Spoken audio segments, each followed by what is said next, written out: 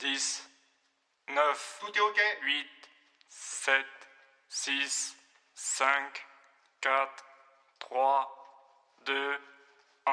Ciné Kebab, c'est la rubrique Fast en Mood Drive Off du cinéma B, Z pour le top of the pop et pour le pire. Plus barjo, plus marjo, tu meurs dans ton vomi. Aujourd'hui, un vrai jackpot de mes gros loups, du tout en un thriller SF horrifique, psychotronique, psychodopé, psychotropé et surtout avec du cul. C'est parti à la vitesse de mes lumières pour tout pétave le mur de la sonnerie.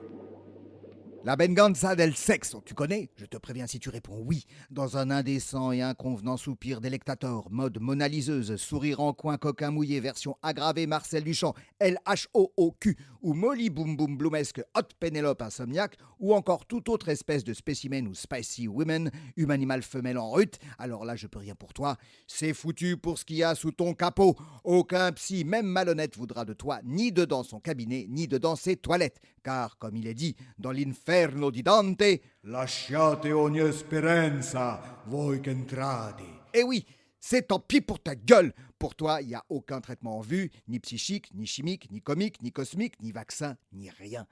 Pourtant, tu vois comme c'est pervers, on va quand même jouer au docteur. Ah, l'habile transition que voilà pour t'introduire dans le sujet, il va être à vif.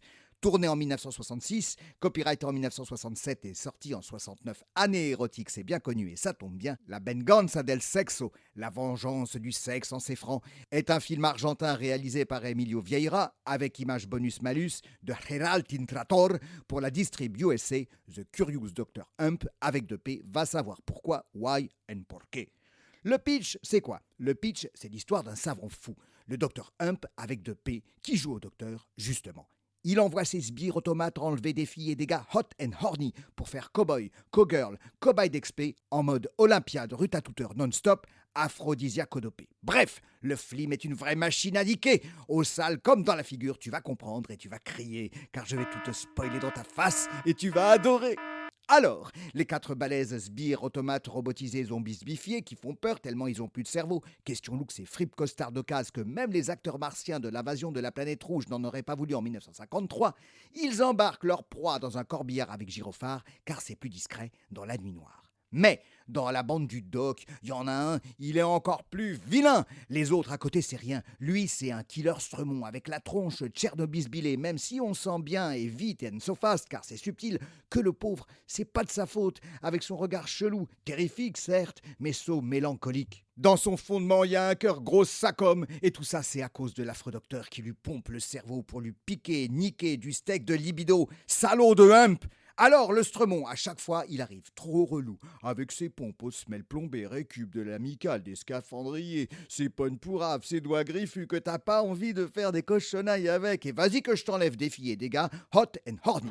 Ce qui nous donne dans la joie de la fureur de vivre notre nouvelle chronique sportive hebdomadaire en inventaire à la pervers. Un couple chauffé à blanc au clair de lune sur la baie bien grasse avec des langues vivantes et des mains pleines de doigts. 2 Amazones chaudières du gazon qui s'aguichent très fétiches à coups de jartel et de mamelles.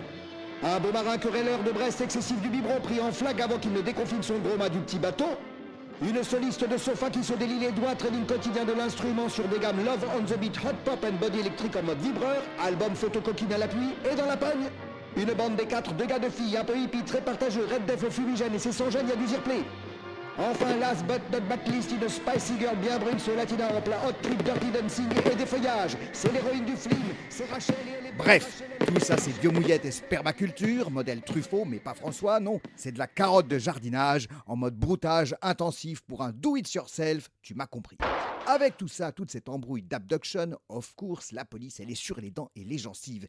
Et le doc est pas content, car il voulait se la jouer keep cool, discretos, comme le gyrophare du corbillard. Mais à force d'enlever à tour de gros bras et sans principe de précaution, le stremon, il est pipolé hype, avec son lifting gratté en portrait robot dans tous les journaux. Alors, Horatio, le héros reporter, il entre en scène et ça va chier. Il est enlevé lui aussi et ça fout le why dans l'hacienda. Il nique avec la blonde infirmière, l'assistante bombasse du docteur, grave amoureuse du boss car elle est trop envoûtée.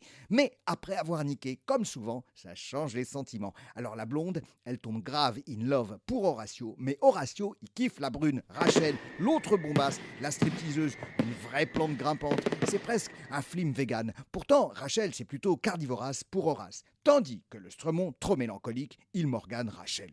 Tu vois, le film, c'est pas juste du hot and pepper. C'est tragique au full contact de crier de furax à la grecque, comme un kebab, et ça tombe bien.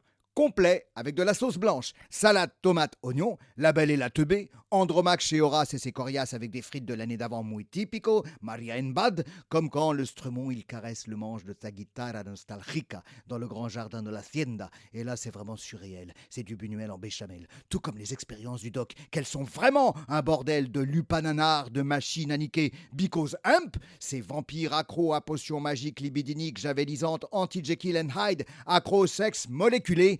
Il pompe l'énergie cochonne de ses cobayes pour pécho la vita aeternam. Enfin, attention, car là, faut bien tout suivre. C'est compesque, cerise sur le cake et il est grave space le cake, planqué dans le labo de Hump. Il y a une mallette de chimie amusante, avec dedans un cerveau. Bah oui, un cerveau trop vénère qui cause en glougloutant, tout dégoûtant dans son éprouvette. C'est éprouvant et tout ça, c'est à cause de sa cause. Enfin, pas trop tôt, c'est la fin, elle arrive quoi? C'est qui? Ben, la police. Paf, tout part en vrille. La pauvre teubée, elle meurt noyée de chagrin, mais surtout de bastos de la police baveuse dans une bouillasse fumasse de bouillabaisse marécageuse. C'est émouvant. Docteur Hump pète ses plombages et fait la crevaison fatale. C'est cruel, purulent et dégoûtant. Cher!